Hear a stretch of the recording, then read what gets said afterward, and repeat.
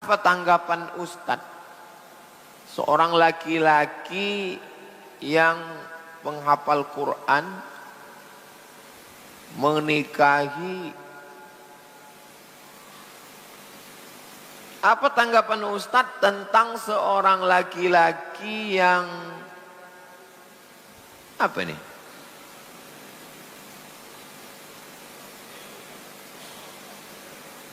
Seorang laki-laki yang bukan penghafal Quran menikahi wanita penghafal Quran. Ini menyindir saya ini.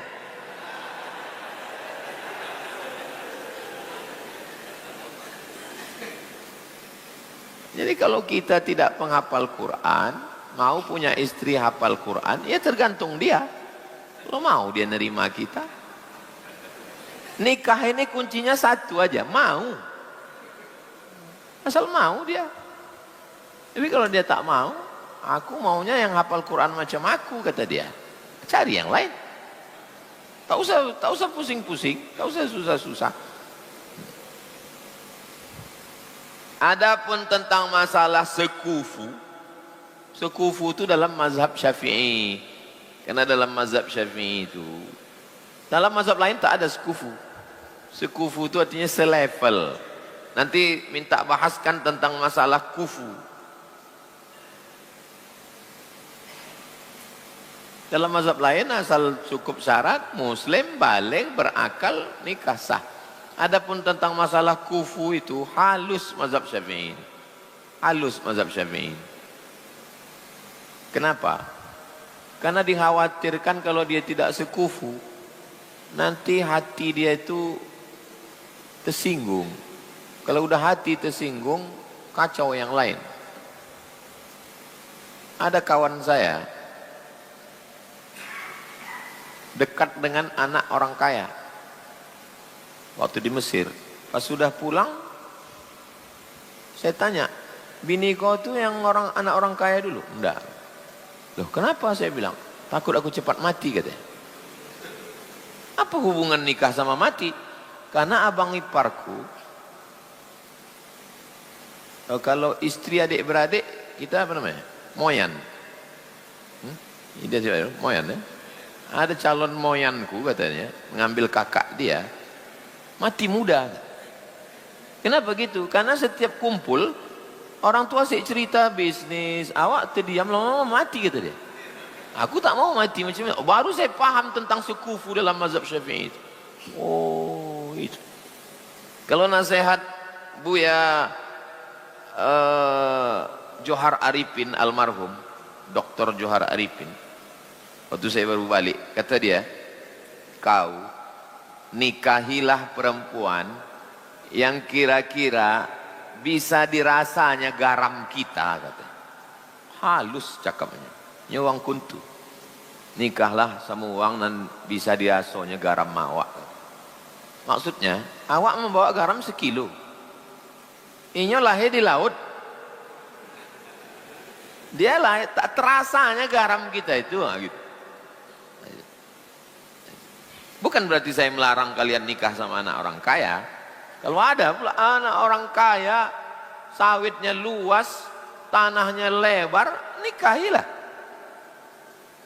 Nikahi, bagus untuk buat pondok tahfiz Quran. Buat nama pondoknya Durian Runtuh.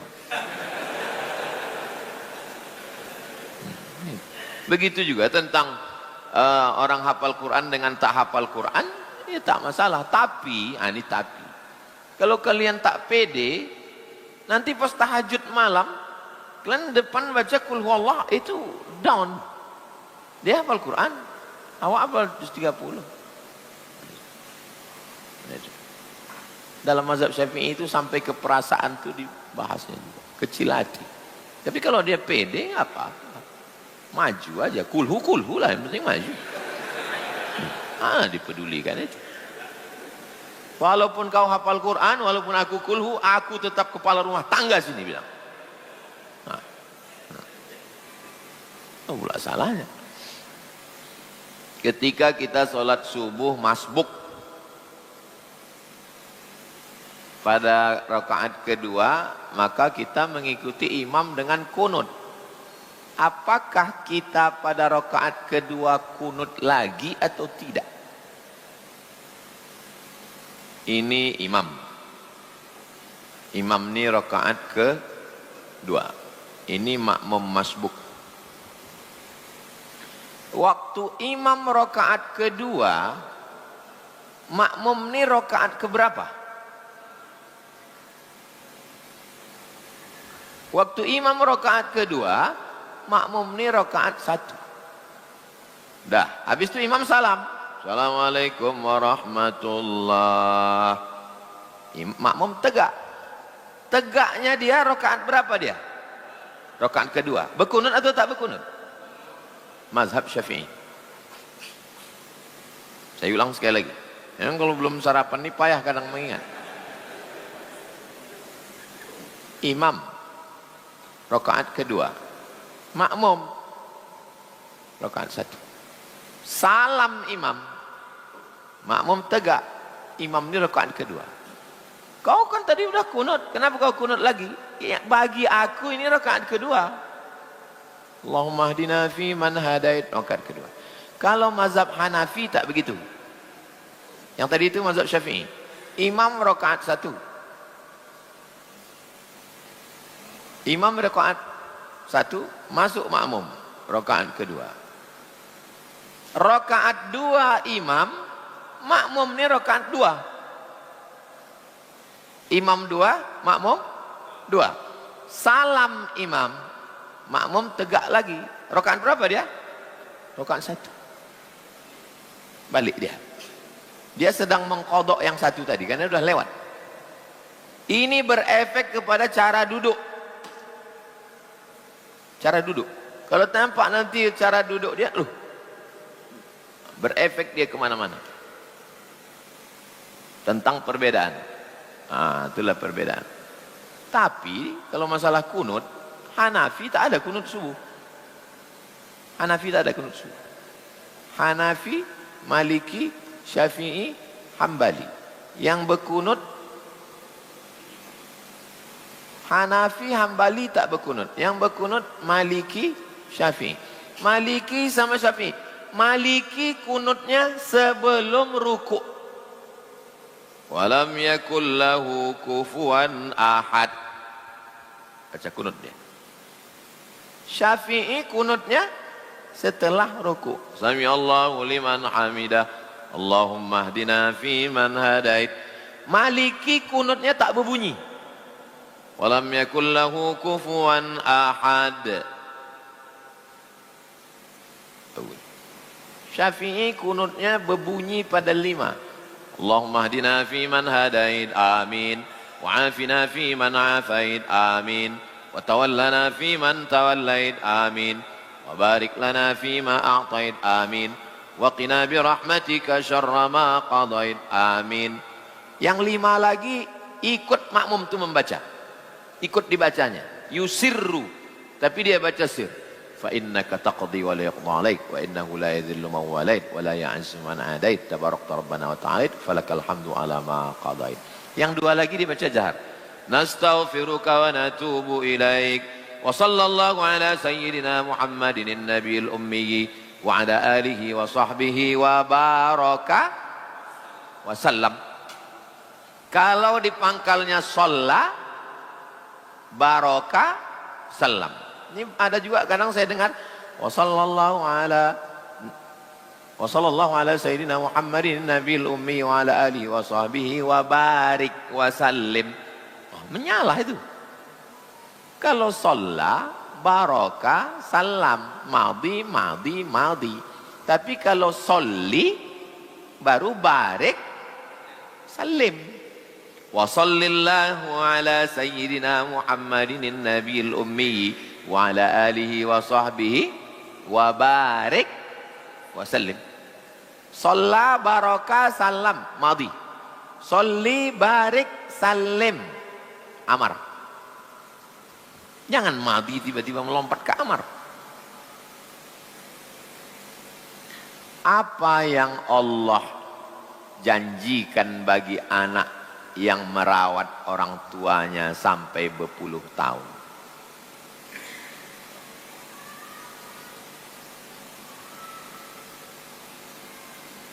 Apakah ketika rasa kesal dalam hati karena capek merawat orang tua akan menghapuskan pahala yang telah dijanjikan Allah?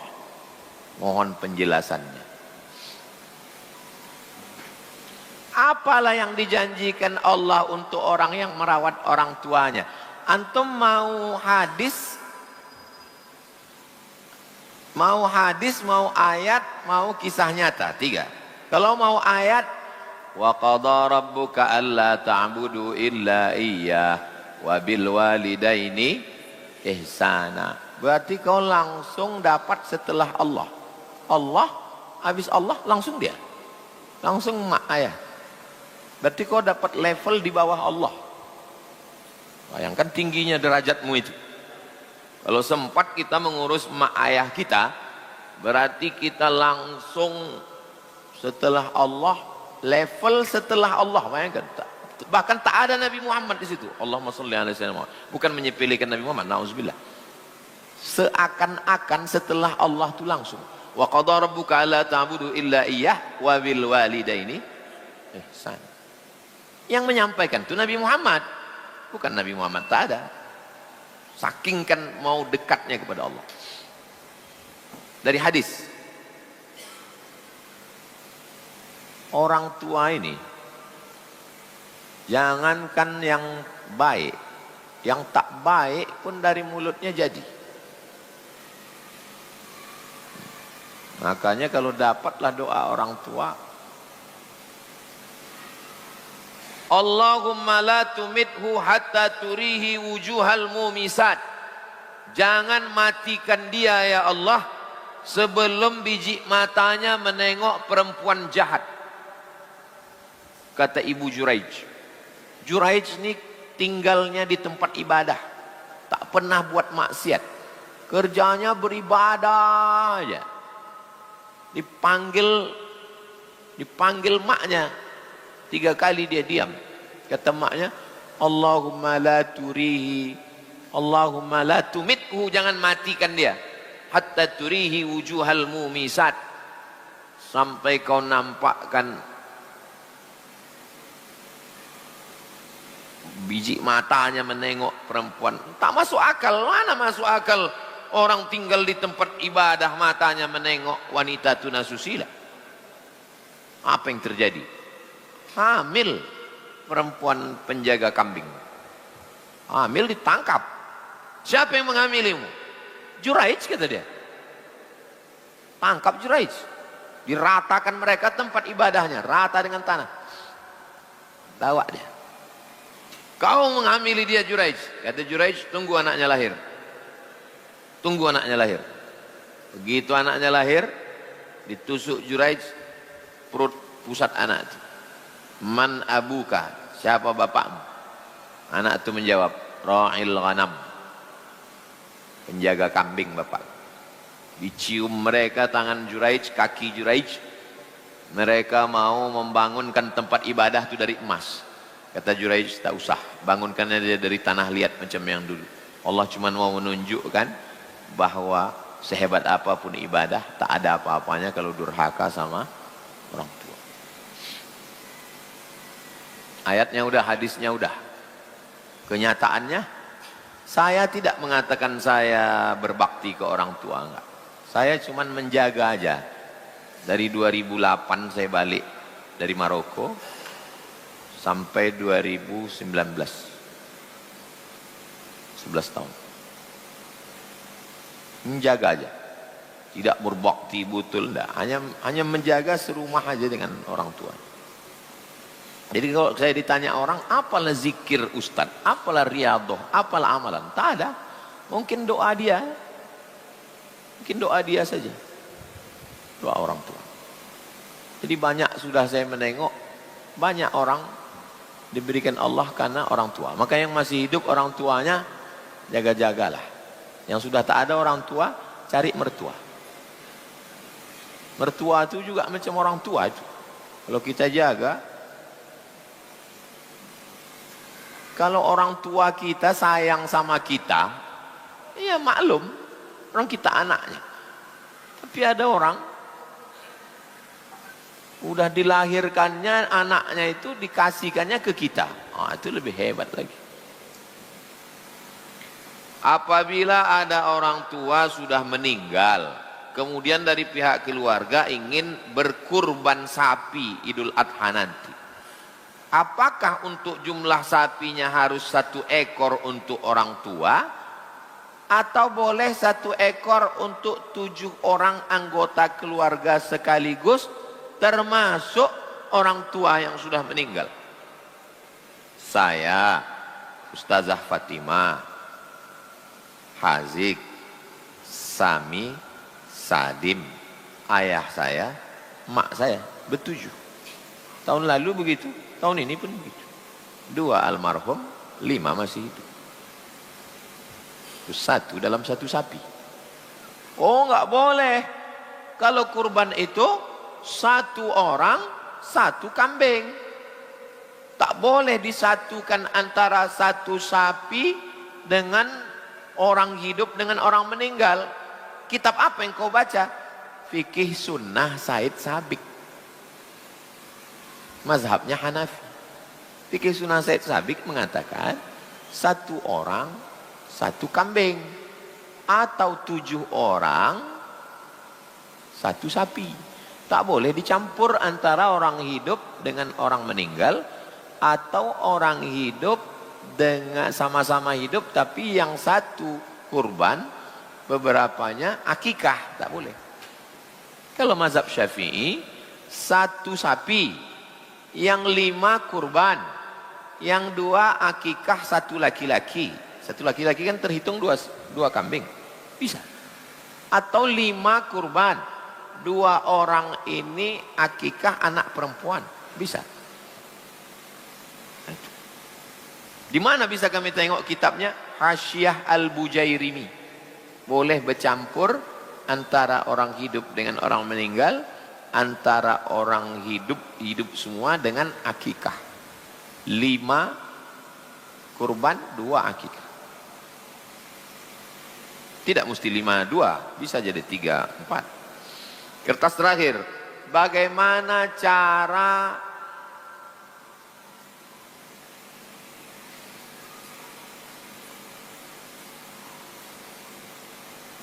apa kata dia? Bagaimana cara mengikhlaskan ditinggal nikah?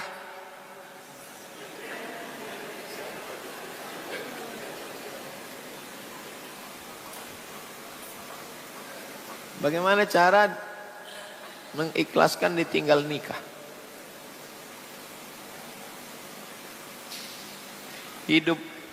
Hidup manusia ini dari zaman dulu sampai ke zaman antum nih, itu aja lah masalah. Kenapa muncul Romeo and Juliet? Gara-gara ini. Romeo and Juliet jatuh cinta. Tak disetujui Romeo mau menikahi Juliet. Akhirnya orang tuh minum racun sama-sama, mati. Qais dengan Laila. Ayah Laila tak menyetujui Qais karena Qais susah. Akhirnya Laila nikah sama orang lain. Qais gila, maka disebut dengan Laila Majnun, tergila-gila dengan Laila. Saya kira cerita ini udah selesai. Rupanya datang lagi Zainuddin, ditolak sama keluarga Hayati. Akhirnya Zainuddin pindah ke Surabaya, bisnis pers, jual koran, kaya raya. Mati si Aziz, laki Hayati. Hayati mau balik lagi, kata Zainuddin, pantang pisang berbuah 2 kali Hayati. Saya kira cerita ini sudah selesai, rupanya berulang balik. Selama masih ada hidup, selama masih ada cinta, selama masih ada kaya dan miskin, cerita itu akan terus berulang sampai hari kiamat. Makanya sekarang banyak orang tak mau lagi jatuh cinta sama manusia, karena kata dia akan kecewa. Jadi kau konsultasi sama siapa? AI. Saya termasuk yang tidak semazhab dengan Zainuddin. Kalau bagi saya simpel aja. Cemanalah cara tinggal nikah?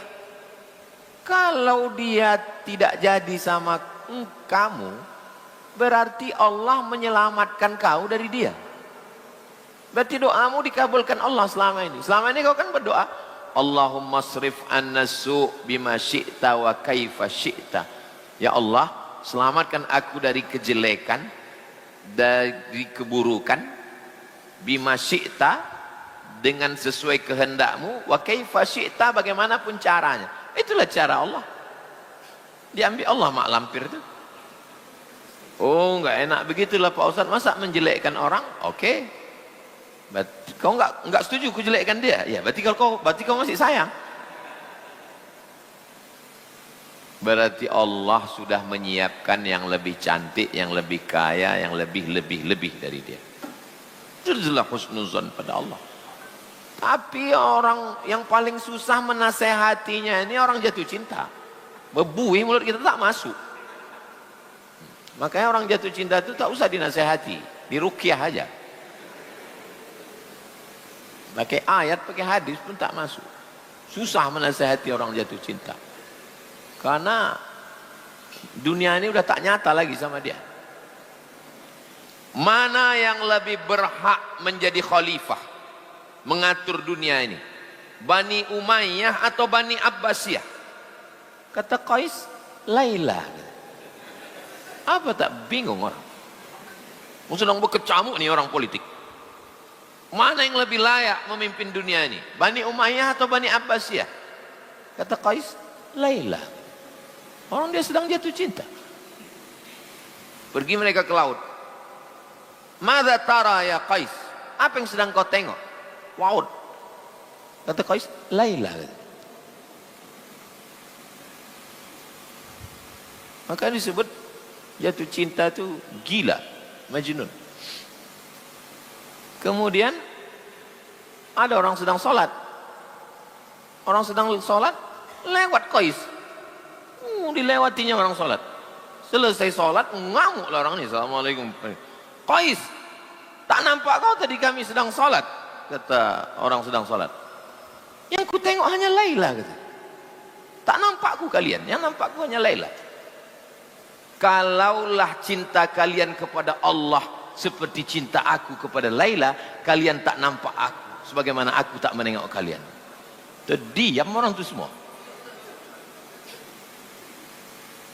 Kalaulah cinta kalian kepada Allah seperti cinta aku kepada Laila, maka kalian tak menengok aku sebagaimana aku tak menengok kalian. Yang kulihat hanya Laila. Itu mau kita nasihati, mati kita. Seandainya jadi Qais itu menikah dengan Laila, apa yang lahir? Anak, cucu, cicit. Karena tak jadi nikah, itulah maka lahir syair-syair yang indah. Jatuh cintalah.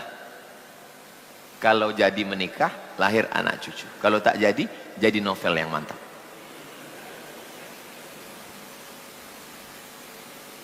Cinta itu datang dari Allah atau dari kita sendiri?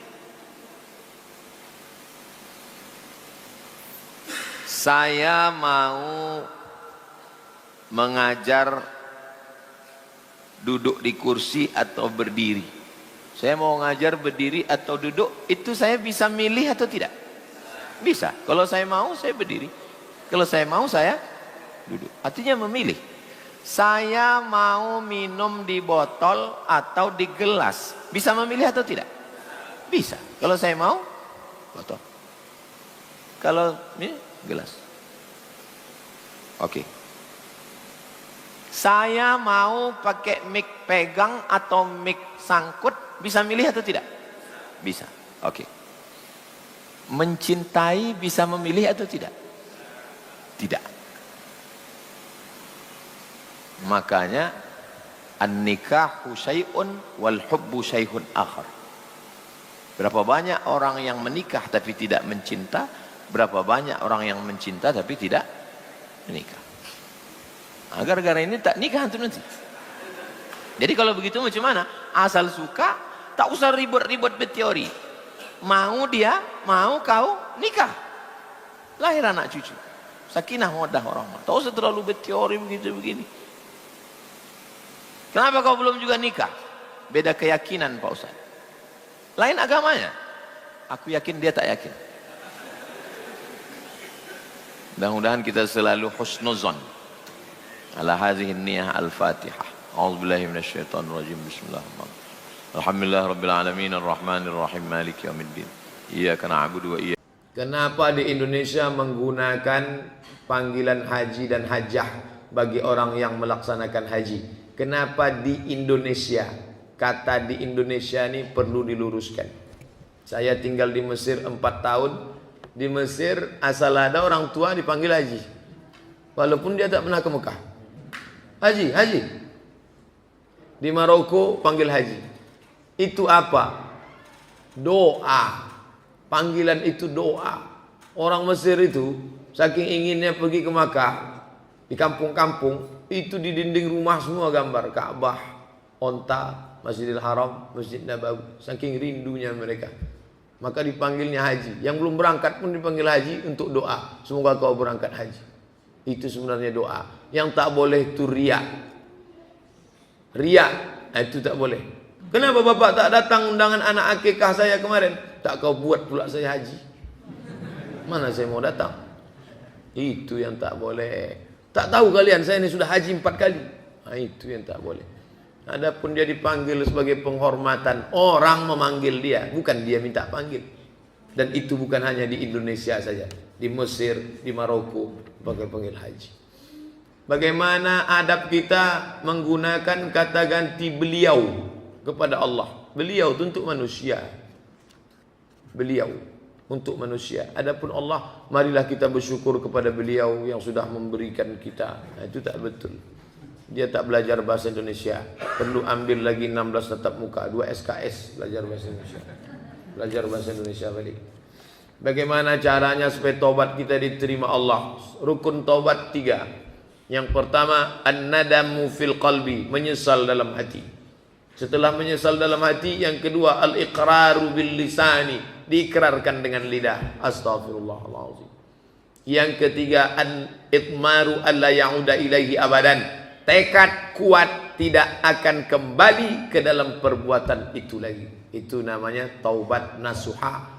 Ini pendapat siapa nih Ustaz Somad? Pendapat Abdullah bin Abbas. Rukun taubat ada 3. Adapun cara bertaubat diajarkan Nabi. Ma min muslimin yuznibu dzamban. Kalau ada orang berdosa, summa yatatahhar, yang paling elok mandi.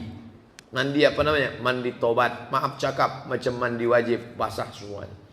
Ustaz, saya mau mandi taubat. Mana dulu yang basah? Terserahlah. Mau kaki dulu, mau kepala dulu. Kebetulan mandinya ke Sungai Siak, salto dia. Kepala dulu. Sah. Apa hilang dosa saya kalau mandi Pak Ustaz? Kalau di Sungai Siak itu mandinya di tengah pula lagi. Jangankan dosanya, orangnya hilang sekalian.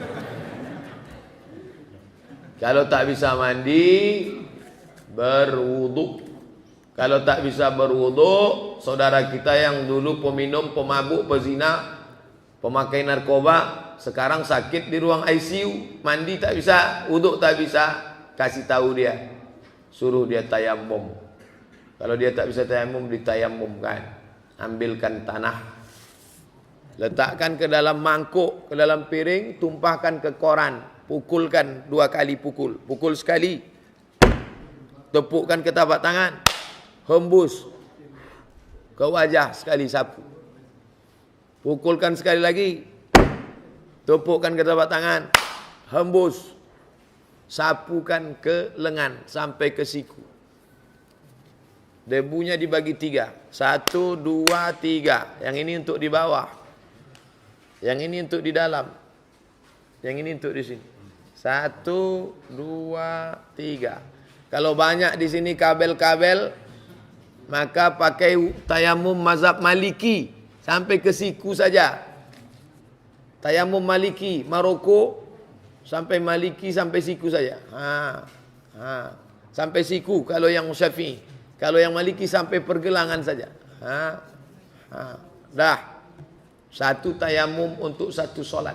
Suruh dia solat sunat taubat. Banyak saudara-saudara kita tak tahu bagaimana bersuci. Kalau dia tak bisa mandi, tak bisa berwudu, maka bertayamum. Setelah itu solat sunat taubat. Usolli sunnatat taubat rak'ataini lillahi ta'ala setelah itu perbanyak istighfar, summa yastaghfirullah, perbanyak istighfar, illa ghafarallahu lah, maka Allah mengampunkan dosa-dosanya. Tanpa melalui solat sunat taubat. Kenapa tak mau solat sunat taubat? Solat sunat taubat lah. Hanya melalui zikir setelah solat. Solat sunat taubat. Zikir-zikir, kenapa ditawar pula taubat? Ini bukan harga supermarket. Ini harga pasti. Mana yang lebih besar pahalanya? Seorang laki-laki menikah dengan janda yang punya anak atau yang tak punya anak, daripada dengan nikah dengan seorang gadis. Pertanyaan ini pernah terjadi pada zaman Nabi SAW. Datanglah sahabat Nabi mengatakan, aku sudah menikah. Kata Nabi, sama janda apa sama gadis? Aku nikah sama janda. Kata Nabi SAW, hala bikran, kenapa kau tak nikah sama anak gadis? Kata dia, adikku banyak. Sejak emak ayahku mati, adikku banyak. Kalau aku nikah sama gadis, anak gadis ni sebaya dengan adikku, tak peduli dia, malah berkelahi nanti. Tapi kalau aku menikah dengan janda ini, dia bisa jadi kakaknya, dilindunginya adik-adikku. Tengok, abang yang memperdulikan adik. Maka Nabi menerima alasannya. Ini. Jadi kalau dia nikah dengan janda, janda itu pula punya anak yatim, sabar dia, inilah yang paling bagus. Tapi kalau dipijak-pijaknya anak yatim itu, neraka jahanam tempat dia. Jadi tak bisa dikatakan lebih afdal dengan janda karena memelihara anak yatim, lebih afdal. Tengok dulu situasi dan kondisinya. Beda orang, beda lain kepala. Kira-kira paling lambat berapa menit solat tahajud sebelum solat subuh? Asal belum azan. Tapi masalahnya muazin itu pula terlambat bangun. Maka tengok jam balik. Mana jam kita? Jam subuhnya, subuh jam 5 pas. Maka kalau dia bangun jam 4.50 masih bisa dia tahajud. Jadi tak bisa patokannya azan. Punya kalender sendiri. Saya beli kalender setahun, murah harganya 15.000. Beli kalender setahun, tempel di dinding rumah. Itu penting. Setiap rumah mesti punya kalender setahun. Karena kita tak bisa berpatok dengan suara azan. Sesuaikan jam kita dengan jam televisi. Itu jadi patokan. 10 menit, 5 menit sebelum masuk waktu, kita masih bisa sholat tahajud dan witir. Bagaimana hukum menengok film porno di internet? Bagaimana cara minta ampunnya? Berhentilah. Berniat dalam hati menyesal, banyak istighfar, berhenti. Tak ada cara lain daripada itu. Bagaimana hukumnya orang menerima gaji untuk dimakan, namun cara mendapat kerjanya menyogok pakai duit pelicin? Sogok ini terbagi dua. Ada sogok yang boleh, ada sogok yang haram. Mana bisa Ustadz bagi dua? Ini pendapat ulama nih. Misalnya begini, ini mesti dengarkan baik-baik. Jangan nanti keluar isu Abdul Somad menghalalkan sogok. Dilaknat Allah dan malaikat saya. Anak bapak honorer di kampung nun, di tepi-tepi pulau sana. Honorer 5 tahun. Setelah dia honorer 5 tahun, ada pengangkatan.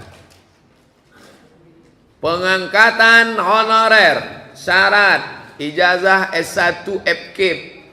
2, sudah mengabdi 5 tahun. Dibawanya lah surat pengabdian. Saya sudah ngabdi 5 tahun. Memang FKIP penuh. Datang pegawai Diknas. Apa kata mereka? Wani piro. Maka orang begini boleh dia membayar. Karena dia sedang mengambil hak dia yang sedang dipegang oleh tukang pegang centong, tukang pegang sendok. Hanya saja tukang pegang ini jahat, pengkhianat dia. Ini boleh dia bayar. Karena kalau tak dia bayar, jatah itu akan diambil oleh si Manungkalit, Uta Ginjang, Uta Julu, Raja Guguk, Sinambela. Akhirnya yang menjadi guru di daerah itu siapa? Orang kafir. Habis anak orang Islam diajaran tidak. Jadi kalau ada orang mengatakan jangan bayar, siapa yang ngambil nanti? Diambil orang kafir. Sudah berapa banyak guru-guru orang kafir mengajar anak-anak kita. Orang Islam tak mau jadi guru di pinggir-pinggir kota. Akhirnya orang kafir jadi guru. Rusak anak-anak kita. Walaupun dia guru matematik, biologi, fisika. Sebelum mengajar apa kata dia? Anak-anak mau biar supaya pelajarannya masuk ke otak? Mau. Ini doanya. Anak Allah, Allah Bapa, Rohul Kudus. Haleluya. Tuh rusak anak kita. Yang tak boleh itu begini. Penerimaan PNS harus sarjana teknik sipil, IP 3,7. Dia teknik industri, IP-nya 3,0. Disogoknya 100 juta. Ini haram. Gajinya haram, tunjangannya haram, pensiunnya haram, sampai mati makan haram. Kalau begitu modelnya, segeralah resign. Karena kalau tidak, maka makan haram. Makan haram sekejap aja, 30 tahun. Masuk umur 30, pensiun umur 60. 30 tahun makan haram. Merasakan azabnya berapa lama? Khalidina fiha abada. Na'udzubillah. Bagaimana jika saya berniat puasa sunat tanggal 1 Rajab? Karena tanggal 1 Rajab itu bertepatan hari lahir saya, 29 Maret. Bagaimana niat hukumnya? Niatnya puasa sunat Rajab saja. Jangan puasa niat puasa hari lahir. Tak ada Nabi mengajarkan niat puasa hari lahir. Tapi itu Nabi puasa hari Senin, hari lahir dia. Bukan disuruhnya lah hari lahir kita. Hai orang-orang beriman, berpuasalah kamu di hari lahir kamu. Tak ada. Kita disuruh puasa hari Senin, hari lahir Nabi. Zaka yauma wulidtu, di hari itu aku lahir. Adapun kita, maka tak disuruh berpuasa di hari lahir kita. Tapi kalau ada orang mau bersedekah, di hari lahir ini saya mau bersyukur pada Allah Pak Ustadz, saya bawalah nasi kotak ke panti asuhan. Bagus, pergi ke panti asuhan. Pak Yazid panti asuhan di belakang Koki Sundar. Pak Yazid, berapa anak panti ini Pak Yazid? Ada 200 Pak. Tolong keluarkan. Berapa orang? 2 orang aja. Situ ada 200, dia minta 2 orang. Kebetulan dia bawa nasi kotak cuma 2 biji. Jadilah daripada tidak sama sekali. Jangan beli lilin dicucukkan ke roti. Diembus. Orang kafir itu punya tradisi. Jangan ikut orang kafir. Man tashabbaha biqaumin fahuwa minhum. Siapa yang ikut tradisi orang kafir, maka dia kafir. Wa husyira yaumal qiyamati ma'hum. Nanti di akhirat akan dibangkitkan semua orang kafir.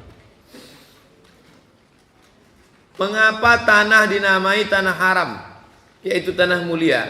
Mengapa ada binatang haram? Muliakah binatang itu Pak Ustaz? Udah dijelaskan, hanya mengantuk ini.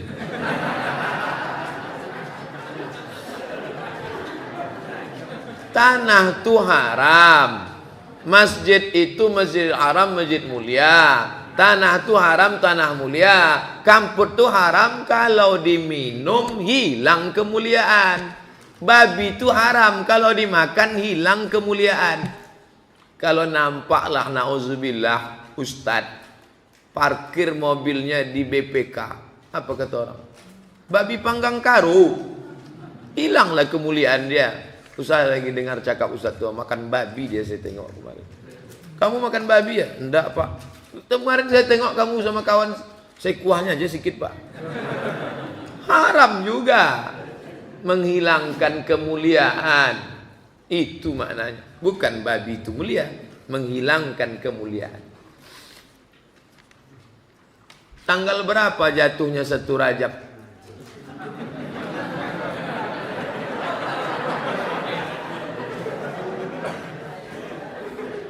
Dan amalan apa yang kita kerjakan selama bulan Rajab? Apa tak gila Ustaz kalau malam?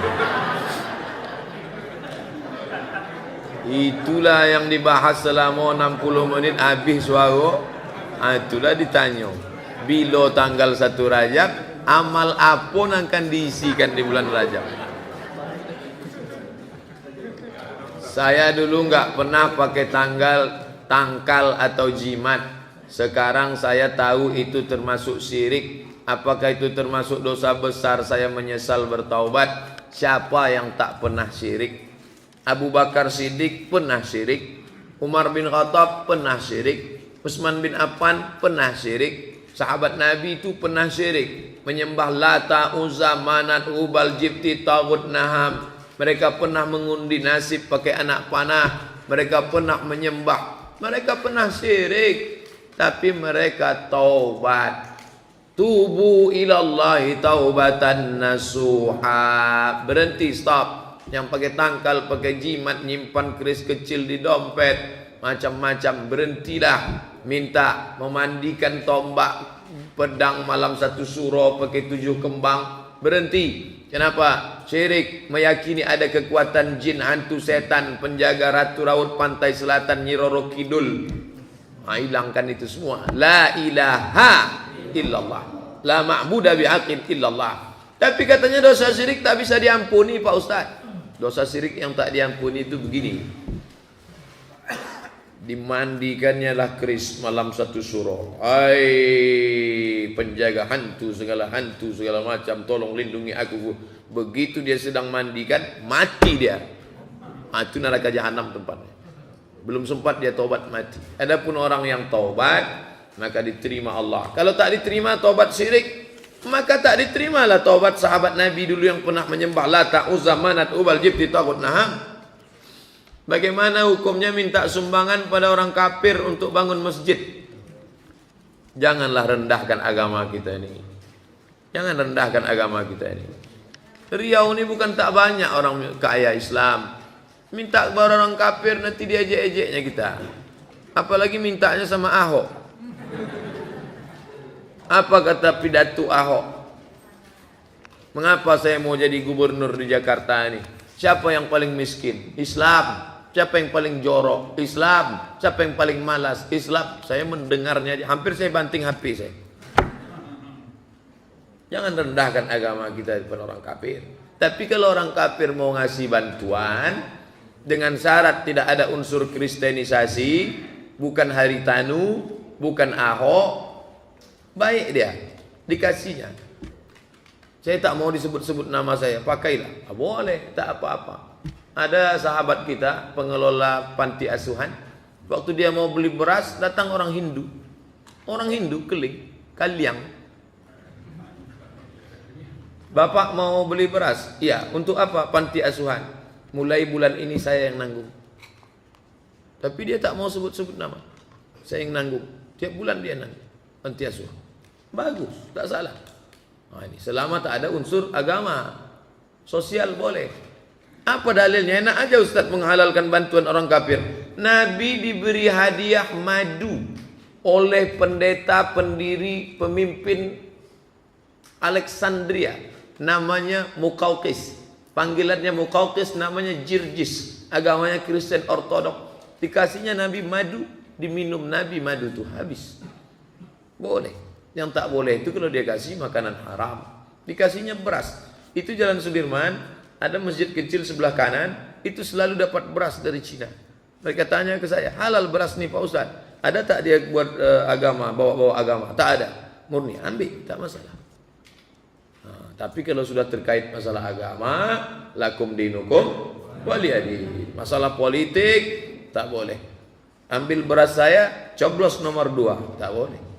Haram.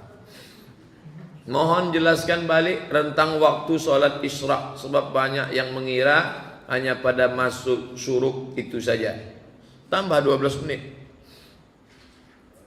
Jam 6:18 Pekanbaru sekarang 6:18 itu terbit matahari. Ini matahari terbit. Ini bumi ini permukaan bumi. Pas 6:18 muncul matahari. 6:18. Selama matahari muncul ini tak boleh sholat. Sampai berapa lama? Sampai setinggi tombak. qaida ram'in, setinggi tombak. Kenapa? Karena waktu matahari naik sampai setinggi tombak, datang setan mengiringi matahari. Tanduk setan. Makanya disebut dengan qarnai syaitan. Waktu dua tanduk setan. Waktu matahari terbit, datang setan menghampiri. Ini lambang setan. Metal itu setan. Metal itu setan. Maka datang setan menghampiri matahari setinggi tombak. Setelah diukur, waktu setinggi tombak itu 12 menit. Selama 12 menitnya dia mengikuti. Setelah selesai 12 menit, dia pun pergi. Itulah waktu menyembah Lata, Uzza, Manat, Hubal, Jibti, Taghut, Na'at. Maka kita dilarang. Setelah lewat 12 menit, 12 tambah 18, 6.30, barulah sholat sunat isyraq 2 rakaat. Kalau imam sedang rukuk, makmum terlambat, apakah menambah 1 rakaat? Kalau masuk ke masjid, imam sedang rukuk, langsung ikut rukuk. Jangan lupa takbiratul ihram. Takbirnya 2. Pertama takbiratul ihram, Allahu Akbar. Yang kedua takbir intiqal, Allahu Akbar. Dapatnya rukuk, dapat 1 rakaat. Fatihahnya al-imamu junnah, imam penanggung jawab. Qiraatul imam qiraatul makmum, bacaan engkau ditanggung oleh imam. Tapi jangan gara-gara ini terlambat terus. Tidak ada ikhtilaf. Tidak ada ikhtilaf. Bagaimana menikahi wanita solehah? Dia mu'allaf. Orang tuanya sampai sekarang belum Islam. Menikahi mu'allaf maka sama dengan menikahi perempuan yang tak berdosa. Karena mu'allaf yang baru masuk Islam 0 bersih. Di dunia ini yang 0 2. Pertama mu'allaf, yang kedua pegawai Pertamina. Kurang dari 0 ya Pak. Bersih. Adapun emak bapaknya bukan urusan kita. Istrimu mana? Ini istri saya. Tidak pergi Idul Fitri ke mertua. Mertuaku masih menyembah Yesus lagi. Belum masuk Islam. Ajaklah dia masuk Islam. Andai sampai mati dia tak masuk Islam, yang penting anaknya Islam. Selesai. Negeri kita mayoritas telah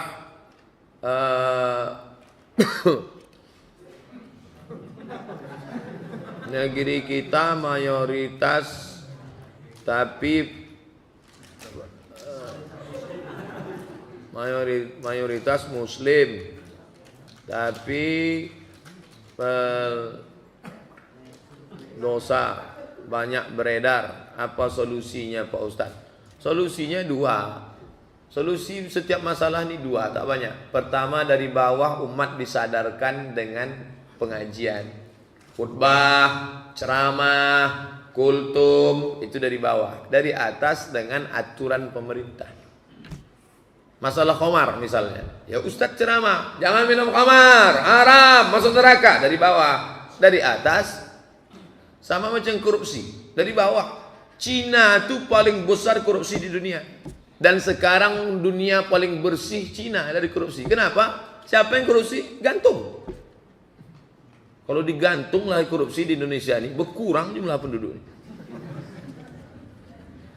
Laksanakan aja 2 tuh. Dari bawah orang disadarkan dengan ceramah, dari atas dengan aturan pemerintah.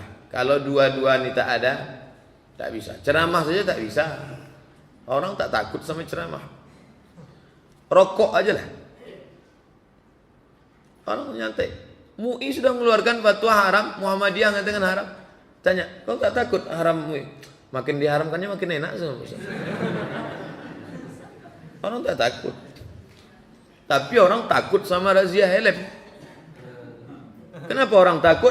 Karena ada implikasi hukum. Mau di sini apa di pengadilan?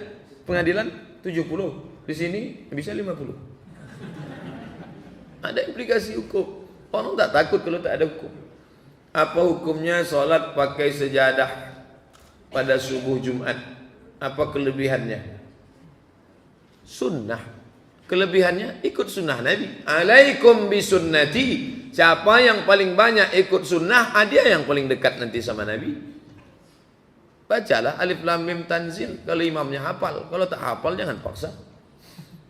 Bagaimana kalau tak pakai sajadah? Ya tak apa-apa. Nama ayatnya sajadah, nama sujudnya tilawah. Nama ayatnya ayat sajadah, nama sujudnya sujud tilawah. Waktu sujud itu apa yang dibaca Pak Ustaz? Sajada wajhiya lilladzi khalaqahu wa sawwarahu fatabarakallahu bihaulihi wa quwwatihi. Ada bacaan lain. Sajada wajhiya lilladzi khalaqahu wa sawwarahu wa syaqqa sam'ahu wa basarahu wa afidatuhu fatabarakallahu bihaulihi wa quwwatihi fatabarakallahu bi ahsanil khaliqin. Kalau tak bisa baca itu Pak Ustaz, subhana rabbiyal a'la wa bihamdih. Subhana rabbiyal a'la wa bihamdih. Subhana rabbiyal a'la wa bihamdih. Puasa 1 hari sampai 9 pahalanya begini-begini. Apakah sahih hadisnya? Tak sahih. 1 sampai 9 pahalanya begini-begini, tak sahih. Saya sudah kertas terakhir. Saya sudah mewakafkan sebidang tanah untuk panti asuhan. Tapi sudah lebih kurang 15 tahun tanah tersebut masih terlantar. Apakah boleh disedekahkan kepada masjid lain?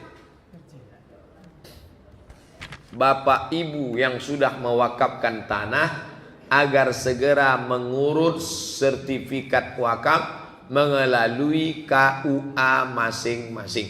Di mana posisi tanah itu sekarang? Di Kecamatan Marpoyan Damai, di Kecamatan Tangkerang. Segera hubungi Pak KUA. Di sana sudah ada formulir untuk pencatatan wakaf. Ini undang-undang baru. Saya kebetulan termasuk pematerinya sosialisasi wakaf di Kemenak. Sudah kumpul semua KUA di Pekanbaru, saya pemberi materi supaya semuanya melapor. Nanti akad di depan KUA. Aku wakafkan tanahku ini 2 hektar untuk panti asuhan tunai. Lalu si penerima wakaf mengatakan aku terima. Karena syarat wakaf ada 4. Yang pertama wakif yang berwakaf. Yang kedua mauquf alaih penerima wakaf namanya nazir. Yang ketiga mauquf bih barang yang diwakafkan. Yang keempat ada ijab ada qabul. Setelah itu dituliskan akte wakafnya oleh Pak KUA. Sampai mati tak bisa beralih, tak bisa digugat. Ini dibuat pemerintah karena saking banyaknya kasus anak menggugat tanah wakaf bapaknya. Dulu tanah itu tak laku, tempat jin buang anak. Sekarang harga tanah itu 5 juta karena sudah ada mall. Akhirnya anak cucu mengambil, silang sengketa. Sekarang orang tak takut sama Tuhan. Tanah masjid pun digugat orang. Maka untuk mengatasi masalah ini, segera uruskan akte wakaf tanah masing-masing. Begitu juga dengan ruko. Ruko ini saya wakafkan untuk panti supaya jangan digugat, jangan jadi masalah belakang hari. Buatkan aktenya. Maka setiap kali uang ruko itu ada keluar, langsung diserahkan ke panti. Selamatlah kita yang sudah mewakafkan. Anak-anak kita pun tidak tergoda untuk mengambil wakaf itu balik. Karena kejahatan terjadi bukan hanya karena ada niat dari pelakunya, tapi juga karena ada kesempatan. Waspadalah. Itulah kaji kita subuh ini. Mudah-mudahan ada manfaatnya. Terima kasih atas segala perhatian. Mohon maaf segala kesilapan. Mari kita berdoa kepada Allah. Ala hazihi niyah al-Fatihah. A'udzubillahi minasyaitonir rajim. Bismillahirrahmanirrahim. Alhamdulillahi rabbil alamin. Arrahmanir rahim. Maliki yaumiddin. Iyyaka na'budu wa iyyaka nasta'in. Ihdinas siratal mustaqim. Siratal ladzina an'amta 'alaihim ghairil maghdubi 'alaihim waladdallin.